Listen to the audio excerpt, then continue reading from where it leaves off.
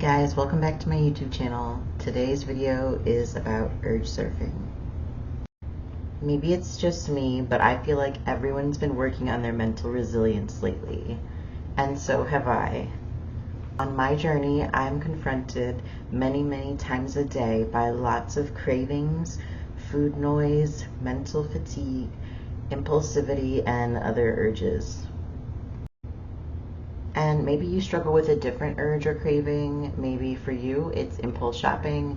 Maybe for you it's anger outbursts or any habitual behavior that you don't really want to have or don't really want to do anymore. I have something you might not have tried yet, and you may not have ever heard of it either. What I'm referring to is a technique called urge surfing.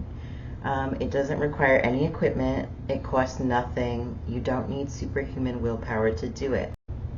It is fast, and the more you practice, the easier it becomes. You can do it anytime, anywhere, and no one will know you're handling a craving, a bad feeling, or an urge. So today, let's talk about urge surfing and how to use it and how to do it. It'll be easier than you think, so let's go. What is urge surfing? So at this point, you may be asking yourself, well, what exactly is urge surfing?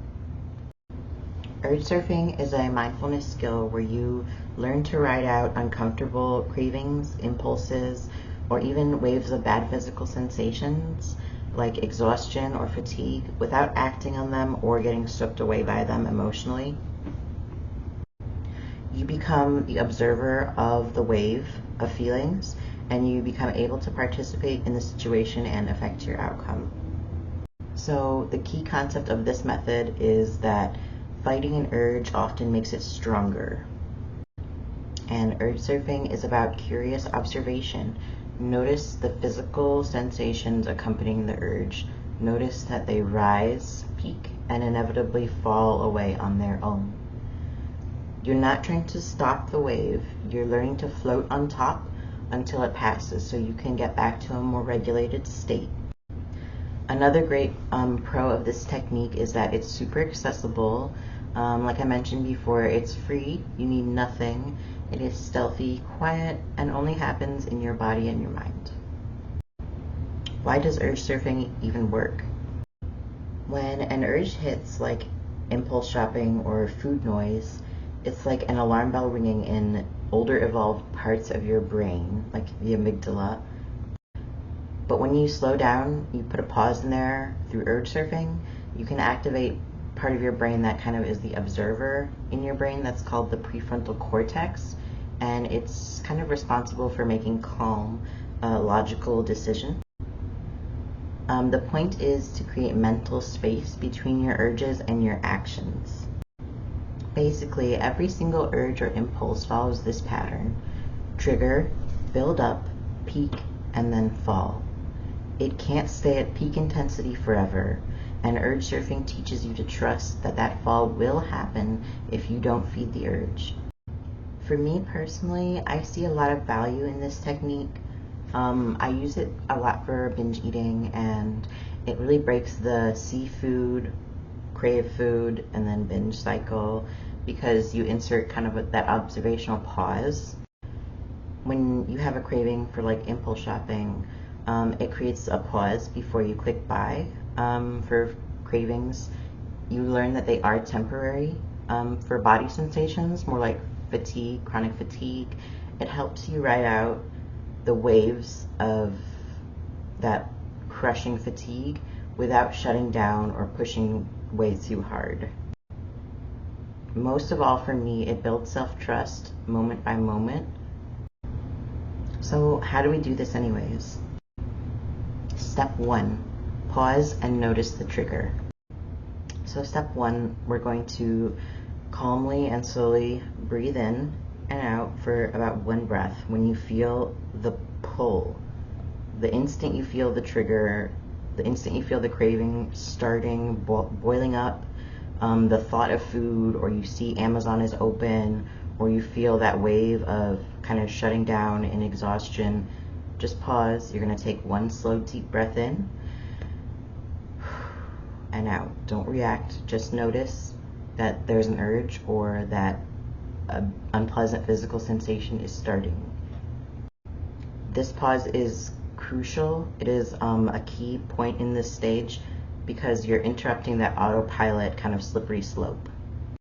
So for example, for me, if I was having like a food craving, I would say I feel like a burning, gnawing in my stomach. That's the main feeling. It's very uncomfortable. I feel like a fidgetiness and restlessness in my hands and in my mouth. I feel like my mouth is watering, or I feel really cold. Another example is the Amazon impulse shopping example.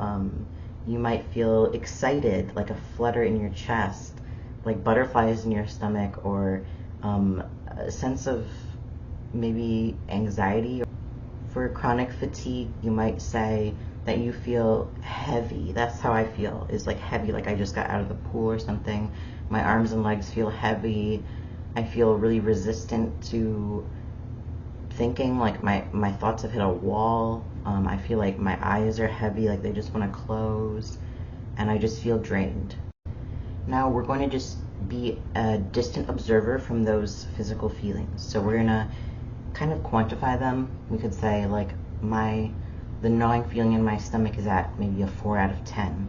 And this observation and that kind of grading of it puts it into perspective and lets you create more of a distance in between yourself and the urge.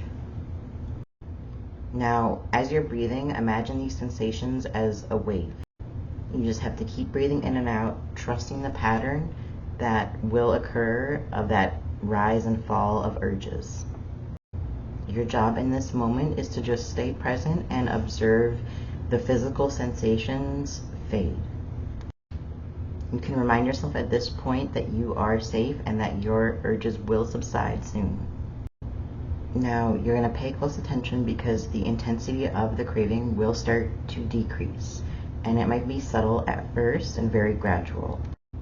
You'll slowly start to feel more in your body, more regulated and more calm.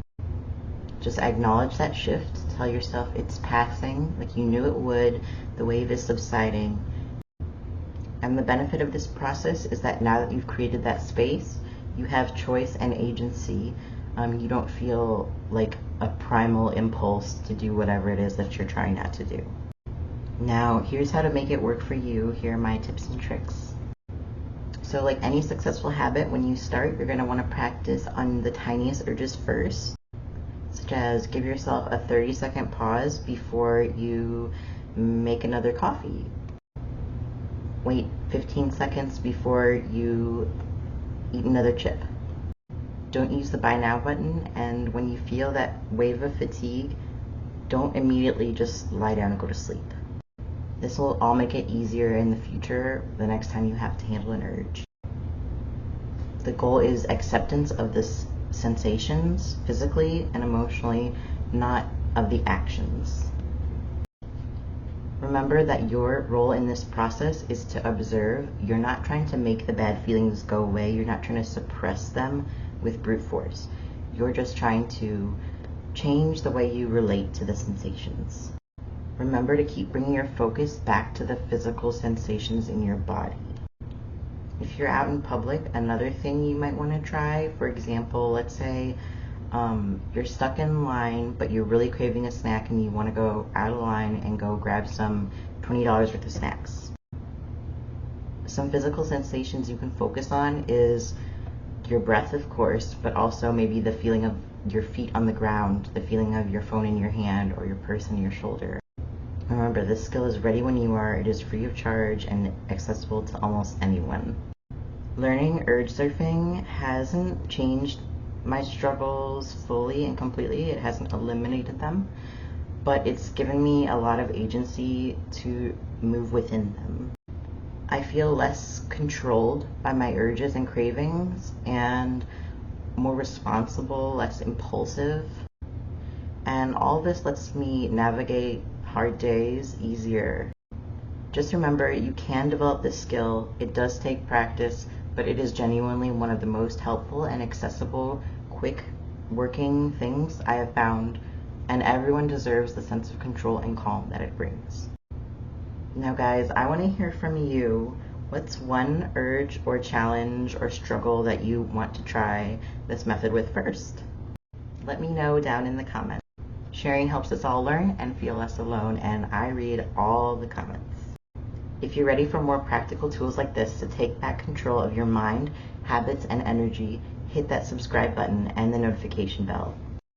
I make videos to help you build real skills for real life struggles.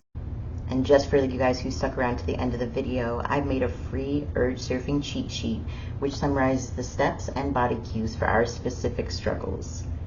Get it in the description below.